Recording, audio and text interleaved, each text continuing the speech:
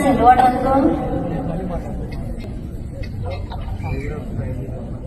రంగభూమికి అభివందనం